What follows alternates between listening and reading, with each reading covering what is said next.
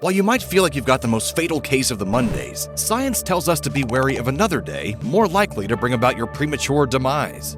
Here's a very common scenario. It's getting toward the end of the work week. You're tired, you want to lose your mind, and you're considering whether or not to go out. Maybe you check with friends to see what they're up to and go out on Friday. Or maybe you decide to stay in and go out Saturday. But you've got to be careful about Sunday, because the work week is going to start soon and you've got to get enough rest. You know the drill. But more than likely, Saturday is going to be the big activity day, where you accomplish a bunch of errands, tasks, and maybe have a few drinks. But heads up, Saturday is also the day of the week you're more likely to die. According to data compiled by the Centers for Disease Control and Prevention from 1999 to 2014, and published in an often referenced 2016 article on Live Science, certain forms of non-natural death, specifically death by car crash and drug overdose, peak on Saturdays. Why exactly? It's argued that people engage in more risky behaviors on Saturdays, especially behaviors related to alcohol, like drunk driving.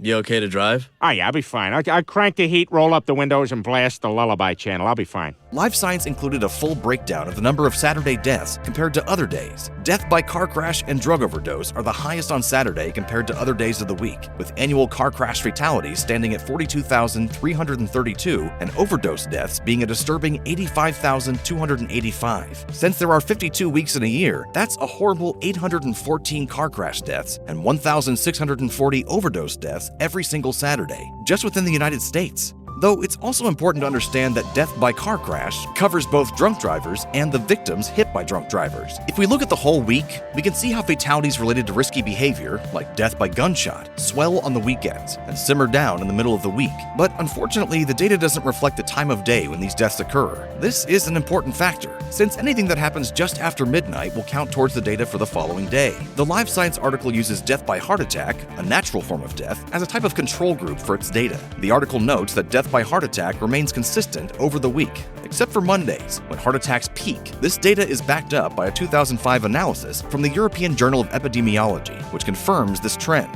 Whether or not this is due to an existential crisis about the work week isn't known, though it would make a sick, sad sort of sense. Tom, every week you say you're going to lose your job and you're still here. Not this time. I bet I'm the first one laid off.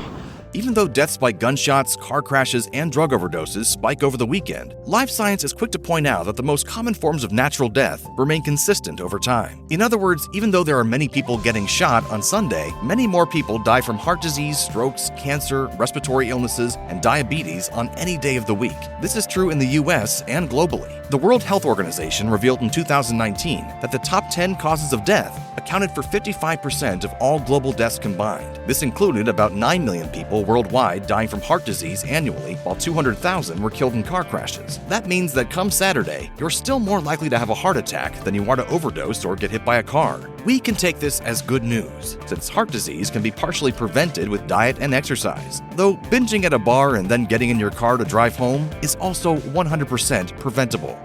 If you or anyone you know is struggling with addiction issues, help is available. Visit the Substance Abuse and Mental Health Services Administration website or contact SAMHSA's National Helpline at 1-800-662-HELP. That's 1-800-662-4357.